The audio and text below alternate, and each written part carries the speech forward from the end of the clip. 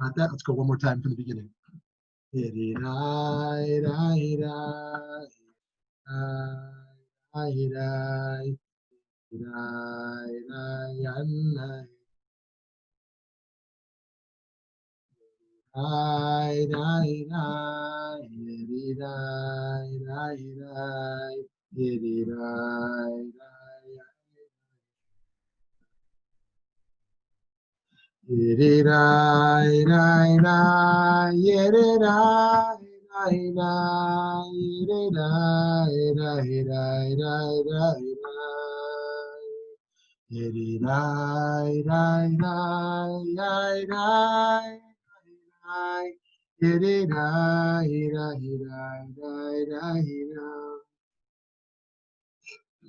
Friends, one of the reasons I chose that Nigun is because we're moving towards the parsha where Abraham is sitting at the Petach HaOhel, sitting at the entrance of his tent, and the angels come and visit him. God's messengers, the spirit of healing, and that B'Shem Hashem is based on the idea the angelic forces are all around us. Some of us might understand that mystically. Some of us as human angels who play such a role, being messengers. Okay, so to remind us of where we are, I hope we can all embrace the gift of closing off America for the next hour and just being in some Torah learning. I mean, we're always about life here, but taking a pause from all the chaos and anxiety. I was thinking earlier, imagine if the awe and trembling we feel about tonight, we had that going into Yom Kippur, right? The feeling people have in America right now, if we went into Yom Kippur feeling the emotional intensity. So a reminder of what we're doing here in this enterprise. Our idea here is that Tikkun Olam, as we typically call it, repairing the world, is not a secular ahistorical movement. Right? That actually this ought to be for Jews, however we take a role within the realm of trying to improve the world, beautify the world. This ought to be Jewishly rooted. And that means it's complicated. That means it's complicated because it's something eternal. It's something that transcends time periods. It's something that's about history. It's about text. It's about culture. It's about our people. It's not just bandwagoning onto some cause that we see out in the secular world. Rather, we ask big questions as Jews. We look at texts and we see how they relate. And one of our premises here is that one of the greatest gifts of the Torah is Shabbat.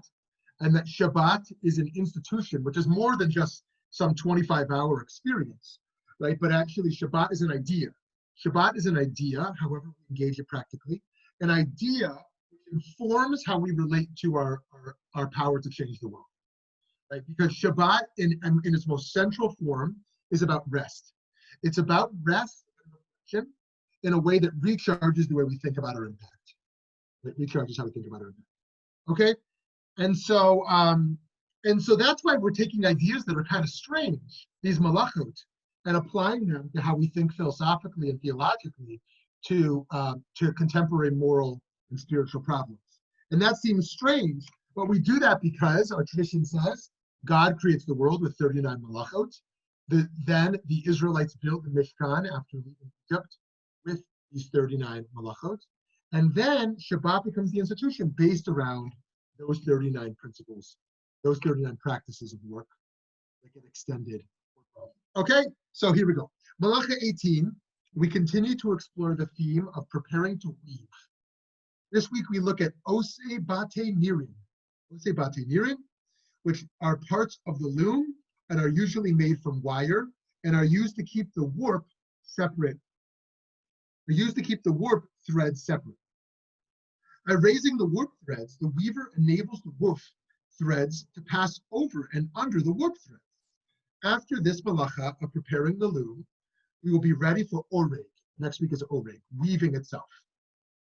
With regard to practical modern observance, what is this malacha about? According to most scholars, there are not any applications beyond actions which involve a loom. So if you're not looming, then it's not a question. The one exception to this view, however, is the Rambam, Maimonides. For Rambam, this malacha includes basket weaving and making sieves or strainers out of reeds. So this malacha can be seen as calling to mind the production and use of baskets. What does the humble basket mean to us in Jewish tradition? Well, of course, there's the teva, the ark that Noah was commanded to build, which was basket-like and made watertight by being covered inside and outside with pitch. More obviously, and to scale, is the basket that Yocheved weaved to save her son's life. Who's Yocheved? Who's Yocheved? She's Moses' mother, right? Moses' basket was also covered on the outside with pitch, but on the inside it was covered with a substance that had less of a stench. Rashi tells us that was to save the righteous Moses from the obnoxious odor of the pitch. But we see that even though the construction of Noah's basket did not insulate him from the big bad world outside the ark, we are not told in the Torah of any attempt by Noah to try to convince God to save any human beings other than himself and his family. On the other hand, even though Moses was protected from the discomforts of the outside world by means of the inner insulation of his basket, he grew up to have the inherent and supremely human understanding of his obligation to protect a Jewish slave being beaten by an Egyptian taskmaster, to save a person from harm at the hands of another person, and even to defend the entire Israelite nation when God wanted to destroy it. One Musar teacher, Rabbi Shmuly, shares an idea about human strength based upon the story of Moses' basket. He writes, "Our strengths are greater than we realize. A person really has the ability to reach much more than his natural physical strengths. We think we are limited to one level. We can only move this, lift that, only stay away for so long. It appears that this is the explanation our sages give on the sentence, the daughter of Pharaoh stretched her arm and she took the basket that Moses was in. Her arm actually extended many amos, many feet away. It's not intended to be understood that her arm physically got longer and then her arm shrunk back to its original state, because through the gathering of all her energy and her will to save the child, in the merit of that, it was in her ability to achieve even the strength of Adam prior to the sin, even though the basket was far away. There is no measure for the strength of someone when they arm themselves with omets, with fortitude, and gevura, strength. If they do, it's in their hand to reach much more than their natural strength would be." So Chaim Shmuly over there is saying, how did the daughter of Pharaoh reach the basket of Moses? It wasn't some miracle that her arm got longer, but rather each of us has a deep potentiality far beyond consciousness, right? And sometimes it takes crises to realize that. Take extreme examples like the Shoah, like the Holocaust, or someone who's going through a personal crisis when one realizes their strength to persevere. But even smaller cases, I think the way this is often shown in kind of a Hollywood sense is kind of the mother who lifts up a car. Like, I had the strength, the physical strength that was in me. But in our own lives, we perhaps see this more within our emotional resilience. And so Chaim Shmuly, in the teaching of Musar here, says, actually, we have to exercise our virtues. We have to exercise them. And don't wait for crises to exercise them. Sometimes we're capable of far more than when in the social conformities we would ever imagine we are capable of. And so that's something thinking about. Like, what does it take to go out of our comfort zone for our virtues to kind of shine? What does it mean to kind of rebuild this sense of potentiality? And okay, there's more to there's a lot more to say over there. But I think part of it is actually us acknowledging each other. I shared on social media yesterday, only because it connected to something else, that for the first time in literally years, I broke down crying yesterday.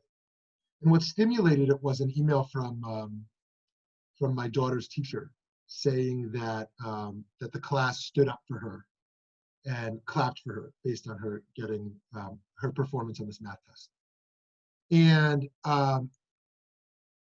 my daughter has I'm only saying this in this group here, has, a lower sense of self-esteem and is kind of very modest and wouldn't put herself out there. And the thought of her surprised look standing in front of this class that's kind of clapping for her in her hard work when she feels that she's way below everyone else was just it was an incredible, powerful moment for me. And it helps me to think about what does it mean to celebrate each other, not only our successes, but our potentiality, right? Sense of what we're capable of. Yesterday I got a call I picked up our foster kid from his school, 2-year-old boy. And they said they want to kick him out. They want to kick him out. He's aggressive. He doesn't listen. He's a traumatized little boy. And they don't see his potential. They just see a kid who's causing trouble in the class. And I understand they're managing a whole class, not just this one kid. But it's difficult. And the same day that I get an email saying that my daughter is thriving, I get this pickup saying we want to kick out your foster kid because he's not cooperating. And this thought of what does it mean as an educator, as a parent, as a community to lift people up. Okay, what to say there? Baskets represent work. They can be contrasted to soldiers carrying weapons of war. Work is generally constructive, while war, despite the many attempted justifications for it that are often offered, is destructive in form and divisive in content virtually by definition. At the same time, of course, not every bit of work leads to noble ends, and the just war theory is based on the idea that the concept of war is in fact defensible as a sometimes needed mechanism to pursue moral ends. In the book of Nehemiah, we see the idea of engaging in both at once. It says over there in Nehemiah chapter 4, verses 10 to 12, "From that day on, half my servants did work, and half of them held lances and shields, bows and armor. And the officers stood behind the whole house of Judah, who were rebuilding the wall. The basket carriers were burdened, doing work with one hand, while the other hand held a weapon. As for the builders, each had his sword girded at his side as he was building. The trumpeters stood beside him." So this idea of this person in Nehemiah holding a basket in one hand, which represents work, and holding a weapon of war in the other hand, constructive and destructive, in a sense, at the same moment. And it's a challenging thought for us to think of our own lives, our own actions, our own complicity. Where are we attached to what is constructive, and where are we attached to what is destructive? And where is it so gray and complicated because of our interconnectivity? So what does that passage from Nehemiah teach? Perhaps Nehemiah reminds us that finding the balance between carrying out the projects necessary for the world's development and resolving the challenging issues that divide us require us to have the necessary tools to ready. Similarly, we learn about poverty as it relates to the bread basket.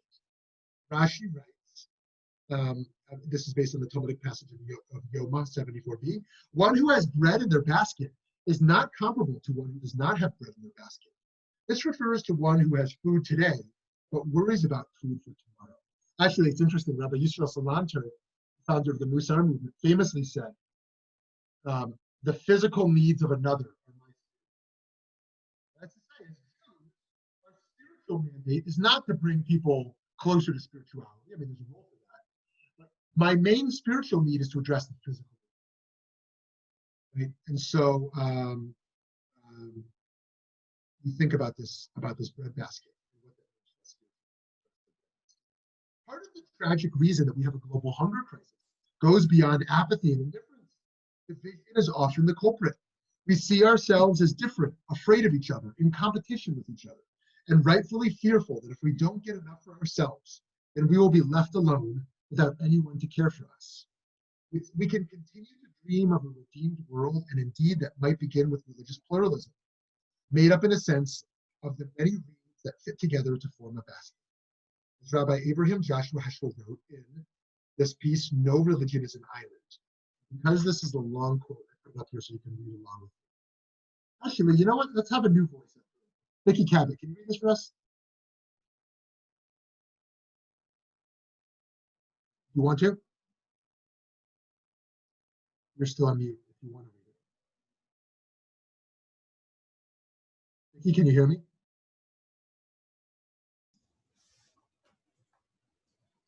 Did you want me to read? Yeah, do you want to read that for us? Okay. Is it really our desire to build a monolithic society? One party, one view, one leader, and no opposition? Is religious uniformity desirable or even possible? Has it really proved to be a blessing for our country when all its citizens belonged to one denomination? Or has any denomination attained a spiritual climax when it had the adherence of the entire population?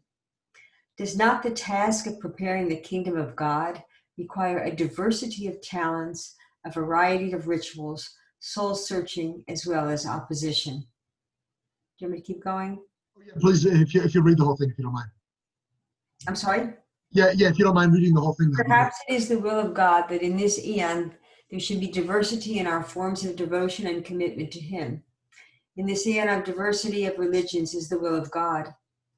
In the story of the building of the Tower of Babel, we read, the Lord said, they are one people and they have all one language, and this is what they begin to do.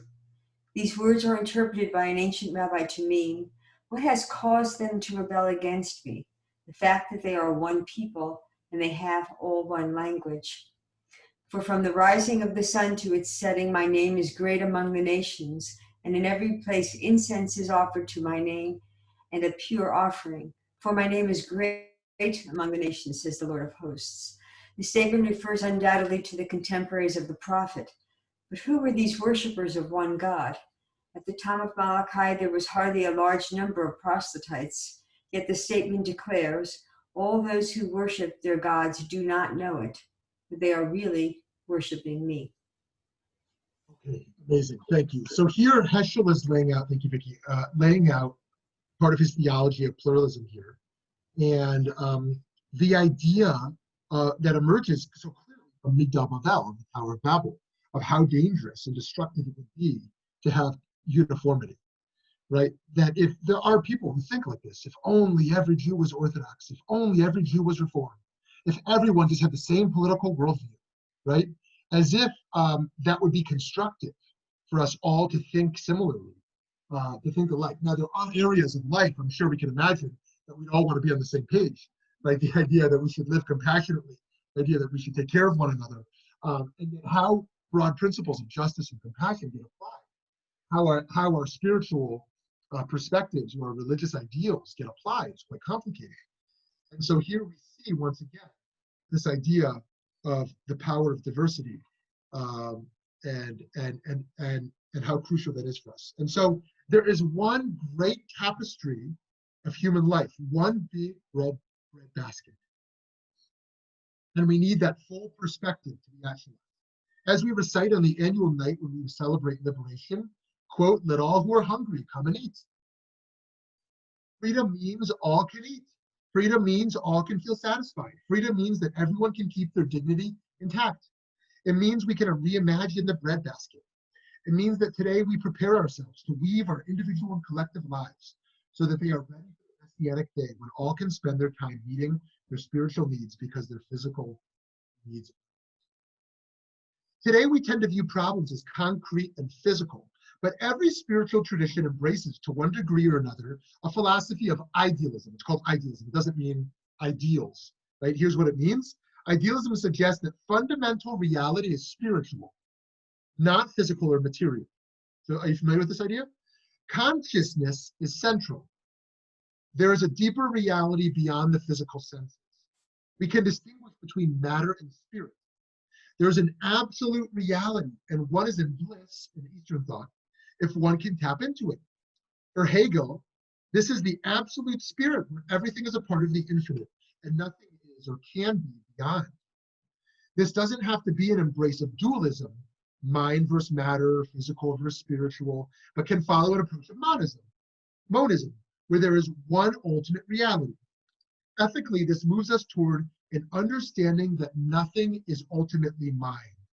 I am, after all, just part of the whole. The individual self is illusory. There's just one breadbasket, not mine and yours. In Chassidut, this concept is called bittul hayesh, nullification of self. So it's an interesting thing to think about for yourself. Do you believe that reality is fundamentally concrete, physical? Or do you believe the deepest level of truth and reality follows the philosophical path of idealism? That true reality is in the realm of human consciousness, in the realm of divine consciousness, is in the realm of the spirit rather than in the concrete. This feels like one of the big 5 ideological conclusions to have clarity on in terms of a worldview. What is true reality as we know it? Within this commitment of interconnectivity and compassionate interdependence, we can still maintain our freedom. How do we have freedom if there's only one collective? Jean-Paul Sartre writes in Being and Nothingness that one is, quote unquote, in bad faith when one denies one's own radical freedom and assumes determinism. He is protesting against a withdrawal of selfhood. But we can maintain a commitment to both radical existentialism by deeply examining and experiencing our existence, while also looking at a meta-existentialism at the collective level, one that is harmoniously made up of many parts with a meta-consciousness. In this way, we are paradoxically completely separate and free, while also completely one and interwoven. Okay, so on Shabbat, we seek menuchat Shabbat, deep rest. That is to be found not through mindlessness, but rather in mindfulness, where we are hyper-aware of what we're thinking, of what we're saying, and in doing it in a way that gives us rest by helping us to regain freedom and to expand consciousness. The Zohar refers to Shabbat as, quote unquote, the day of the soul, the day of Torah. This is the day when we prepare to weave a new basket for a redeemed world. Each of us, alone and together, must prepare the loom. The book of Isaiah says, the sun will no longer be for you the light of the day, and the shine of the moon will not illuminate for you. God will be an eternal light. The Midrash explains here that this will be the light that was concealed from the 6 days of creation, that will enable one to see from one end of the world to the other. Indeed, it appears as though we are weaving separately. But in the spiritual light, we will see how all of our different projects will come together. When the first sin took place in the Garden of Eden, the garments that Adam and Eve, Adam and Chava wore, turned from or, spelled with an aleph, to or, leather, spelled with an ayin. To say that again, or meaning light, spelled with an aleph, to or, leather, spelled with an ayin. They had flesh of light that changed into clothing after the sin, after realizing they were naked. And the Shlach HaKadosh, Rabbi Yeshaya Halevi Horowitz of the early 16th century, writes that while we still serve God with leather, our actions in that regard will someday be changed to garments of light. And so here I offer the blessing as we conclude this malacha, that our physical realities be transformed to spiritual realities. And perhaps if we hold the philosophy of idealism, in fact, the physical realities themselves.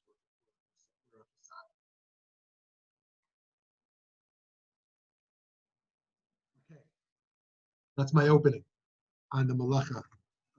Oseh Batei Nirin, which I guarantee was not a part of anyone's Sunday school education. Preparing the loom. Or if it somehow was that we prepare the loom for weaving, that it was somehow relevant to our moral and spiritual worldview. So let me pause here. Questions, thoughts, agreements, disagreements. Jump off to another point that is interesting you today. Floor is open. What is the meaning of the word Oseh? Oseh means to do or to make, right? Like we say, Oseh Shalom. Oseh Shalom Bimromav. So it is, and in Kabbalah, it's one of the 4 realms. It represents the realm of action, right? Asiyah, it's called in Kabbalah. The realm of Asiyah. There's the realm of doing. There's the realm of thinking. There's the realm of being. There's emanation even beyond from that place. Asiyah is the way we impact the world primarily through action. Of course, there's many ways to impact the world. This is what we're exploring here, through our being, through our thoughts, through our spirituality, through direct action, right? Through what we do and what we don't do. I'll tell you something interesting that happened 2 days ago. A family member of Elie Wiesel, I was talking with, a very close family member. I won't say who, because they didn't say I could quote them. But a family member, I mean, they'd be fine with the idea, but I just don't want to share their name and maintain that privacy, said, everyone quotes my father saying that silence aids only the oppressor. And he said, I agree with that. And he felt strongly about that. You can't remain silent. You can't remain neutral. Neutrality and silence only aids the oppressor. You got to take stands when there's injustice. But he said, my father was also a master of silence. He was also a master of silence when he knew which times not to engage or not to speak up. And that part doesn't get quoted, right? This idea that indeed, morally, we have to take stands. There's certain moral battles you simply can't sit out. There's too much at stake for people. But there's other things, tensions that exist, where silence is not only permitted, but perhaps commendable. So anyways, the realm of asiyah is the realm of doing, which is what Oseh is about. So Oseh Batei Nirin, setting of these two heddles, preparing to weave. Okay, someone else.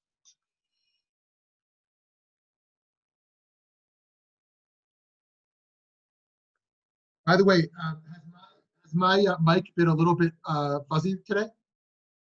Okay. Oh, I'm sorry about that. Okay, I'm gonna once again have to get a new one. You buy them for $15, and then every 2 weeks you gotta buy a new one. Unbelievable. Okay. Someone else.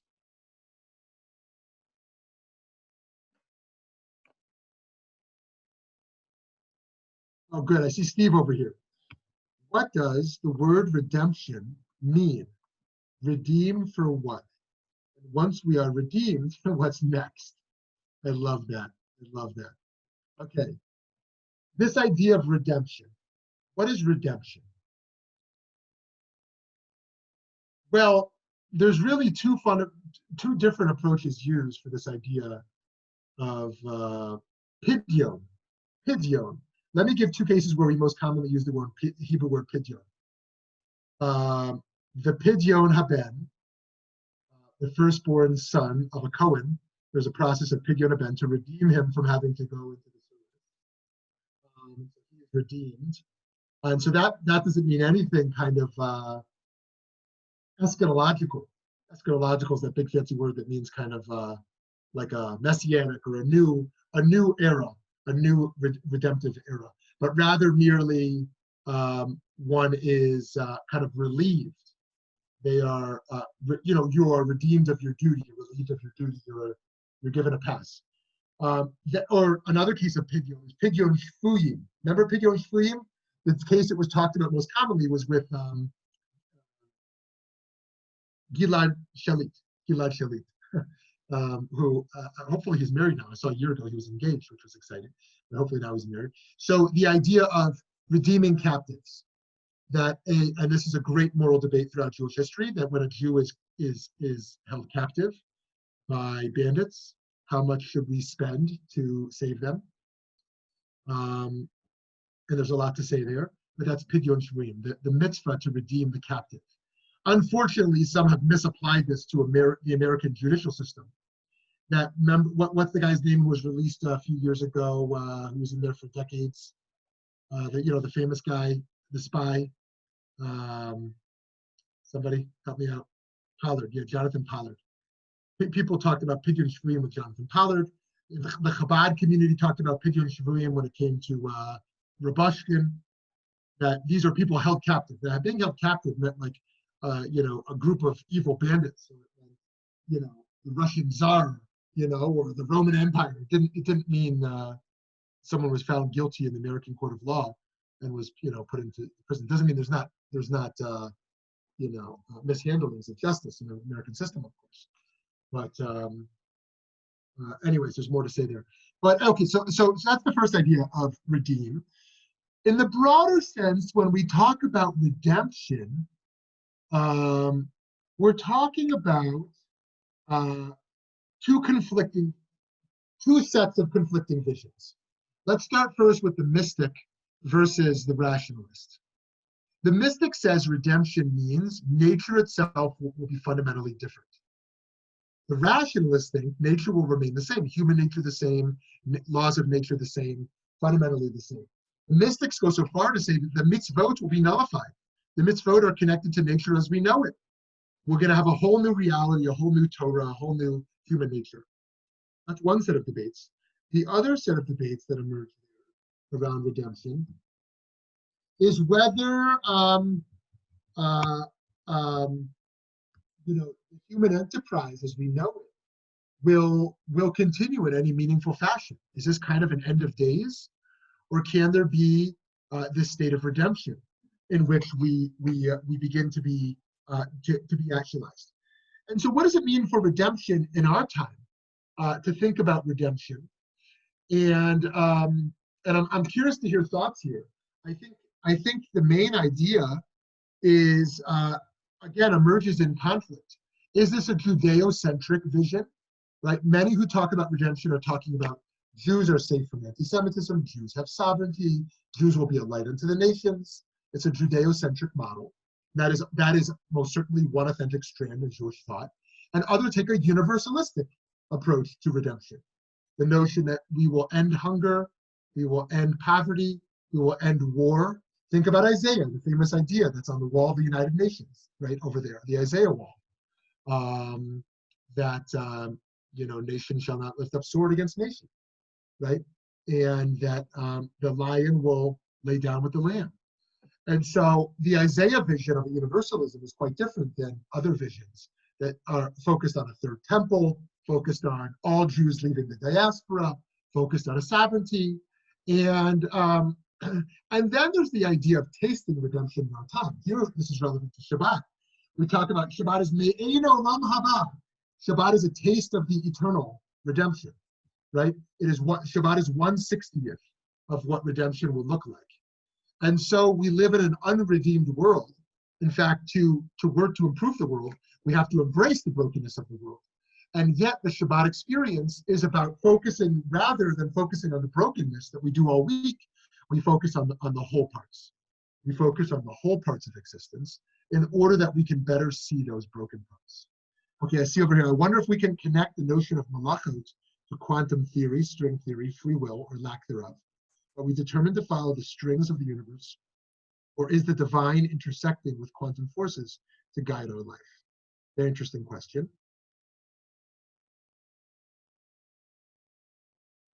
Yeah, very interesting question. I think there's really not much more to add there about this issue of determinism versus free will in scientific terms. It's a good plug for our year of study coming up and what we can learn. And I think relevant here as well is the idea that humans are heavily determined. Humans are heavily determined. And yet the idea of Shabbat representing freedom. Shabbat as a subversive force in relationship to that, in relationship to that momentum. Okay, someone else here, please.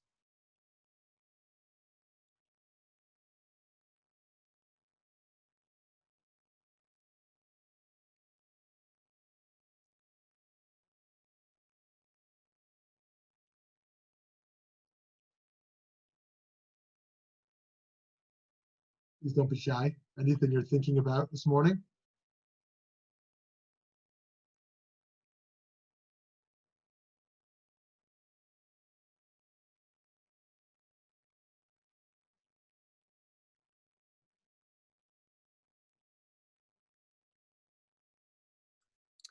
You mentioned that Moses was in a basket and Noah's Ark was a basket.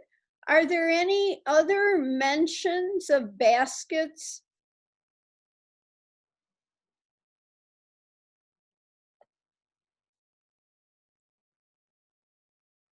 Yeah.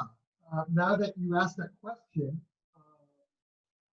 which I appreciate so much, I'm now reflecting on something that emerges in the Tanakh, which I hadn't thought of in this preparation, if you have the luxury of giving me a moment.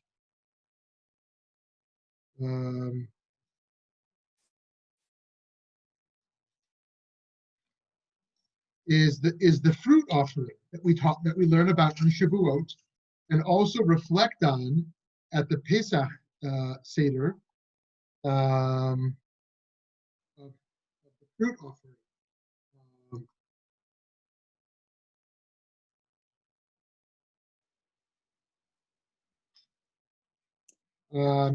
There are other cases as well, but I think this one is particularly worth looking at closely. Sorry for the delay. Here we go.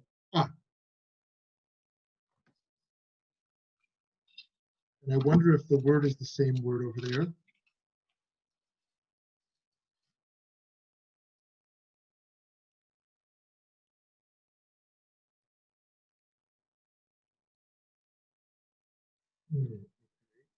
Doesn't emerge there. Let me check one other part.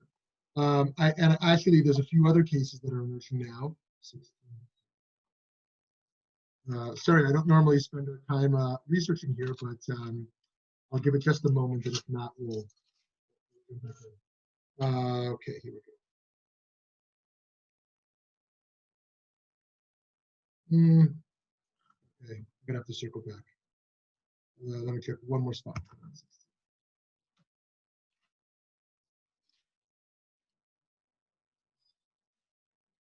It's actually, you'll notice it in Passover Seder this year.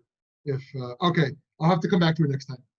Okay, in any case, yeah, the question of the basket is interesting, and I'm gonna check for some more cases where it emerges.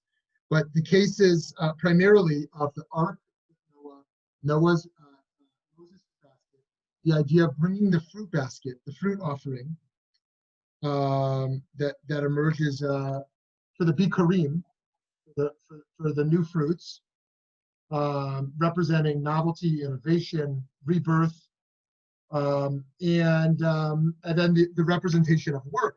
You know, one of my main memories of the global South, in working in villages in the global South, many different countries, different villages, was women with baskets on their heads. The women would constantly have baskets on their head, babies on their backs, baskets on their head. I mean, I really don't know how they do it. In all these villages, one common thing is that, I mean, it was a real problem. I mean, this, you know, I don't want to over stereotype here, but the men were like drunk under trees in these villages, just kind of sitting around. Highly patriarchal society, and the women in these villages. Now, some men, of course, had gone to the city, but the men who were still there, they were women-led villages, and the women had babies tied on their backs. They'd wear long dresses because they would just pee standing up. They would just kind of squat down in the field while they would. There's no bathrooms. There's no sanitary. There's no water to wash their hands. There's no bathrooms to go to the bathroom. They would just work in the field, go to the bathroom there. They would be able to spin the baby around so they could nurse the baby, and then spin the baby back to their back, and the baby would be on them all day. And they'd be in the field, and then they would have these bucket type things that they would fill up with water from the well and carry that. And then they would have these baskets where they would carry the produce and other things as well. So I can't talk about baskets without thinking of these women. I bought a piece of art over there that reminds me of that experience. Thinking about the nature of that labor in particular. So anyways, thank you. Yeah, Eileen, go ahead. And what is the symbolism behind the basket? Oh, you're saying in Torah or in the global South? Oh, in Torah. Oh, okay. Yeah, so I think here the basket is redemptive, going back to the interconnection with redemption. That this basket is it represents Moses' salvation. It represents Noah and his family and the animal salvation. The basket is a place of safekeeping. Let me check one thing real quick to remind us of this Moses, this early bit here. Okay, here we go. It's in chapter 2 of Exodus, verse 3. And it's worth reminding us that the language there is teva, right? Noah's ark is called teva, and Moshe's basket is teva. It's tevat gomer, and so it's the exact same language intentionally that he's put over there. And his sister Miriam watches. His sister stationed herself at a distance to know what would be done with him. She wants to make sure he ends up somewhere safe. And some actually think of this as building off the Noah story, because in that story, everyone else dies.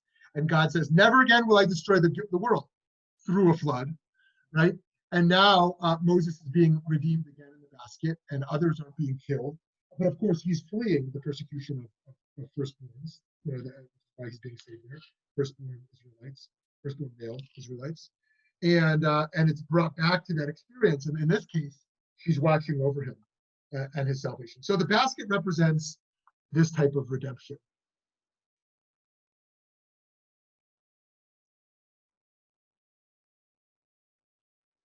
Someone else, please.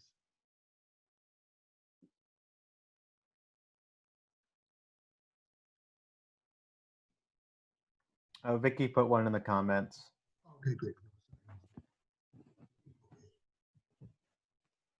I think I'm asking you to really go a little bit deeper there and explain more what the connections are that you're making. Great. Excellent.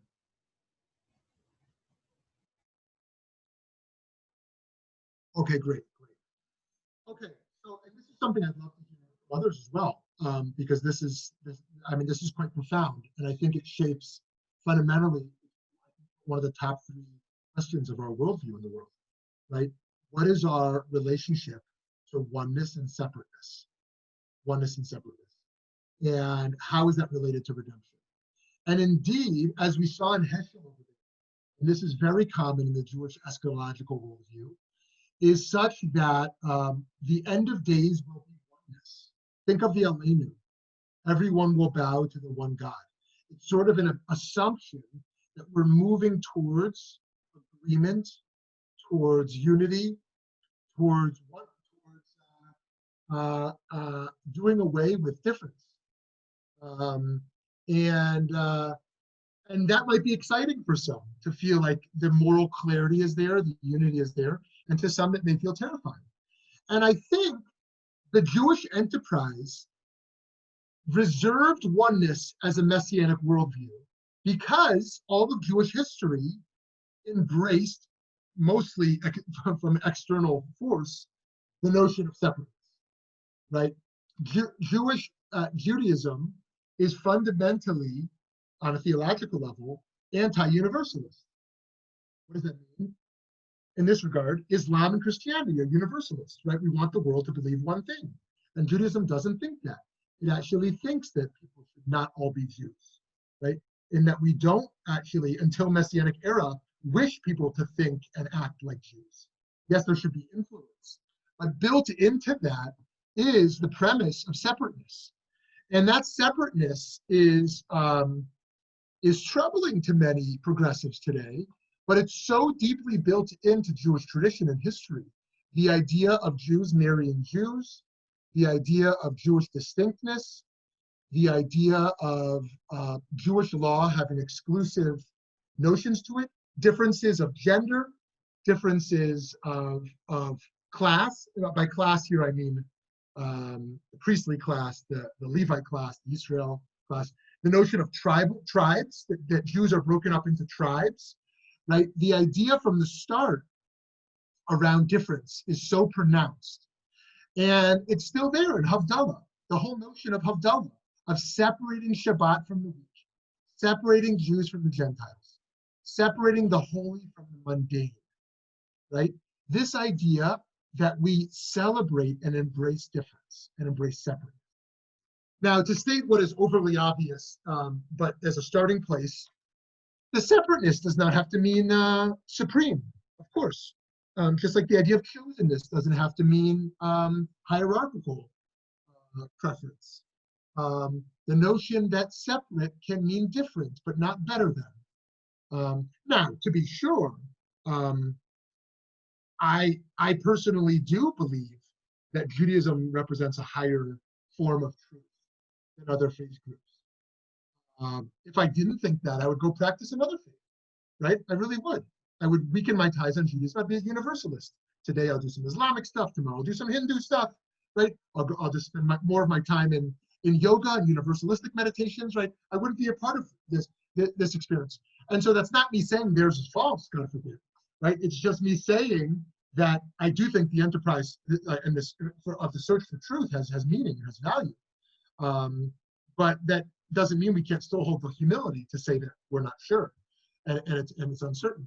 And so, to move back to this point, I think that there's a few different frameworks. One is the self versus the collective. The second is the Jewish versus the rest of the world, not versus, but in relationship to the rest of the world. And then there's the idea of kind of the physicality in relationship to the broader spiritual cosmos. And here, the relationship to oneness and separateness is one in which I embrace a Hegelian worldview, which in Jewish thought we call the Rav Kook worldview, which says there's a thesis and there's a clash within it, and that emerges from that is a synthesis. And that's what we call progress. Progress emerges from conflict. And then once there's a synthesis, now, once again, we have a thesis against an antithesis, and there's a new conflict. Every era has new conflicts, and we emerge to new levels of progress. And so that's to say that oneness and separateness is never resolved. It's not that we choose oneness or we choose separateness. They are paradoxically in conflict and held together. And when they clash, something new emerges. What are we going to call that? When we hold a consciousness of separateness and oneness, I think about that all the time. I feel deeply American and deeply Jewish. I feel separate in America, and I feel part of the collective. And those two enhance each other. They're not a conflict for me. I mean, there's some small areas where being Jewish and American is in conflict, but thank God, it's not a conflict mostly for me, right? Where in prior eras, the idea of being a part of a society and being Jewish was in conflict. And so too, I think the idea of me being me and being a part of a family and being a part of a Jewish community and being in my job and a whole bunch of different roles that I play in the world, as we all do, right? Practically, it's in conflict. I have limited time, I have limited resources, but on a spiritual level, it's not in conflict. We figure out multiple ways of being in the world, and we learn to navigate that notion of that my children are welcome at my work, and my work isn't welcome, with my children, for the most part, and we figure out separateness and oneness of self. And so Piaget in developmental psychology talks about this idea quite a bit. And then this emerges in Keegan's work of adult development. This idea that development primarily is about having a healthy level, a healthy understanding of separation. And that a child can't separate from anything, right? They can't even separate from their own feelings. I am my desire, right? If my desire is not fulfilled, my whole self is under attack, right? When my desire is fulfilled, my whole self is kind of nourished, and the maturation or the development process is starting to see parts of the self and one's needs and one's desires as fundamentally different components of the self and separate from the self in a sense. So too in adult development, that if I am something and that something is attacked, my fundamental self is not attacked. Okay, you're attacking a woman right now, or you're attacking a Jew right now. And I am that thing. I am that identity also, fundamentally. But it's not my whole self in which you're attacking a part of my complexity, but not the full thing. And so we learn to spiritually separate ourselves from things that are also core to us, right? And this is also healthy in relationships. We think about as we separate from children as they move out of our homes, as they begin to go to college and go out, they get married, they have children, that we still feel a oneness with them, a deep connectivity to them, even through that separation, as we hold on to both. And I think that, and here I'll questions and pushback or other perspectives on this. That a healthy philosophy or theology of redemption includes these. That it's not that we are separate, right? And then we will be collectively whole. But actually that the separation will always be there. The separation will always be there. Right. And if you look at postmodern art and how it represents the moral problems, in modernity, morality was supposed to be really clear. Think of Kant. Never lie. Never lie. It's a categorical imperative. Right? Everyone should do it. You should never lie. But then we learned what a flawed principle that is. This idea, which was a male-dominant approach, because women weren't a part of this discourse, was that principles matter more than relationships. And so a man would say, never lie, even if it breaks the family. And then there were women who would say, oh, okay, actually, not holding full truths is crucial to holding a family together, right? There has to be a little bit of half-truths that exist to hold a family together, because families are very complicated. And actually, this very clean version of morality that emerged in modernity is quite flawed. Is quite flawed. And are we willing to live in that gray area of complexity of kind of messy morality? And that's postmodern art, as opposed to this beautifully perfect, picturesque farm or lake. Like we're now going to get just, drops of paint all over scattered in a messy fashion to show us that like there's not a meta narrative. There's not a unity that connects the story. Okay, let me pause there. Let me pause there for reactions to that or something else.